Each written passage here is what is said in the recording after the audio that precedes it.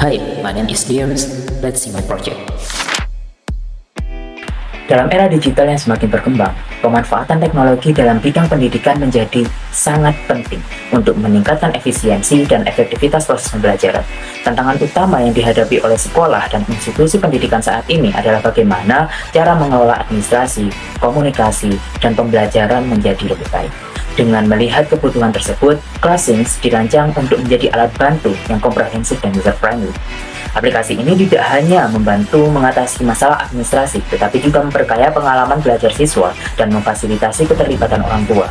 Diharapkan, dengan adanya Classings, proses pembelajaran dapat berjalan lebih efektif, efisien, dan menyenangkan bagi semua pihak yang terlibat. Salah satu alasan utama dikembangkannya Classings adalah untuk memenuhi kebutuhan akan sistem yang dapat membantu mengelola data dan informasi sekolah secara efisien. Melalui aplikasi ini, pihak sekolah dapat mengurangi beban administrasi manual yang memakan waktu dan tenaga. Dengan fitur-fitur seperti absensi, materi pembelajaran, pengumpulan tugas, e-raport, dan pembayaran kas, siswa dan guru dapat lebih fokus pada proses belajar mengajar. Classings diambil dari kata class dan sings dalam bahasa Inggris. Class mengacu pada kelas atau ruang belajar, tempat di mana proses pendidikan formal berlangsung. Kata ini menandakan bahwa aplikasi ini dirancang untuk mendukung aktivitas belajar mengajar di dalam kelas. Kemudian ada sings, singkatan dari synchronization, berarti sinkronisasi atau penyelarasan.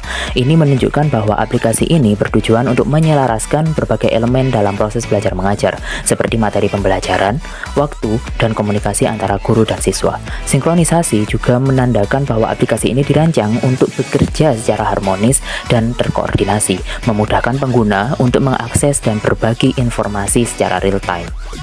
Arti logo aplikasi: 1. Buku yang terbuka berwarna biru muda dan biru tua. Buku yang terbuka melambangkan pengetahuan, pembelajaran, dan aksesibilitas terhadap informasi. Buku yang terbuka menandakan bahwa aplikasi ini menyediakan sumber daya yang terbuka dan siap digunakan untuk belajar. Biru muda melambangkan kedamaian, ketenangan, dan ketulusan. Dalam konteks pendidikan, biru muda juga melambangkan aspirasi dan harapan bagi masa depan. Biru tua menggambarkan kepercayaan, profesionalisme, dan stabilitas. Ini mencerminkan fondasi yang kuat dalam proses belajar mengajar dan menunjukkan bahwa aplikasi ini dirancang untuk memberikan pendidikan yang berkualitas. Yang kedua, pena di tengah-tengah buku berwarna orange. Pena adalah simbol dari pendidikan, pengetahuan, dan kreativitas. Pena juga melambangkan proses menulis, mencatat, dan menciptakan karya, yang merupakan elemen penting dalam proses belajar mengajar. Serta warna orange melambangkan semangat, antusiasme, dan inovasi. Warna ini menggambarkan energi dan kreativitas yang ingin dibawa oleh aplikasi dalam dunia pendidikan. Orange juga menunjukkan motivasi dan kebahagiaan dalam proses belajar. Kesimpulannya, logo aplikasi Classings mencerminkan tujuan dan nilai-nilai utama aplikasi dalam mendukung pendidikan melalui simbol-simbol visual yang menggambarkan pengetahuan, stabilitas, dan kreativitas. Kita harus mengidentifikasi kebutuhan pengguna meliputi siswa, guru, dan orang tua, dan tentukan fitur utama aplikasi seperti absensi, materi pembelajaran, pengumpulan tugas, e-raport, pembayaran kas, informasi sekolah, dan pembayaran SPP. Lalu putuskan desain UI atau UX yang akan dibuat. Pertama-tama, buat wireframe dan prototipe aplikasi dengan fokus pada pengalaman pengguna yang intuitif dan ramah pengguna. 2. Pengembangan backend. Tentukan teknologi backend yang akan digunakan, misalnya Node.js atau Django untuk server-side programming. Berikutnya, rancang dan integrasikan database tadi. Di sini kami menggunakan MySQL dan PostgreSQL untuk menyimpan data pengguna, tugas, materi, laporan, dan transaksi pembayaran. Integrasikan Google Drive API untuk menyimpan dan mengelola file materi pembelajaran.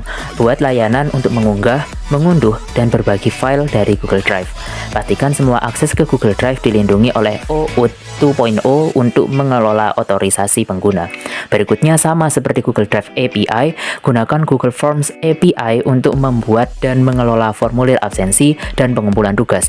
Ini memungkinkan guru untuk membuat dan mendistribusikan formulir secara otomatis. Selanjutnya, pembuatan barcode. Gunakan pustaka seperti QRcode.js untuk membuat barcode unik untuk setiap siswa. Barcode ini bisa digunakan sebagai pembayaran SPP dan uang kas mingguan. tujuan. Pengembangan framework frontend.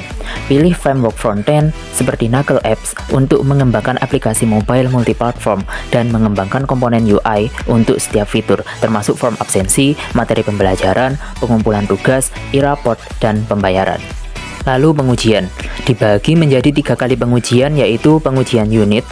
Lakukan pengujian unit untuk setiap komponen aplikasi guna memastikan bahwa masing-masing berfungsi dengan benar.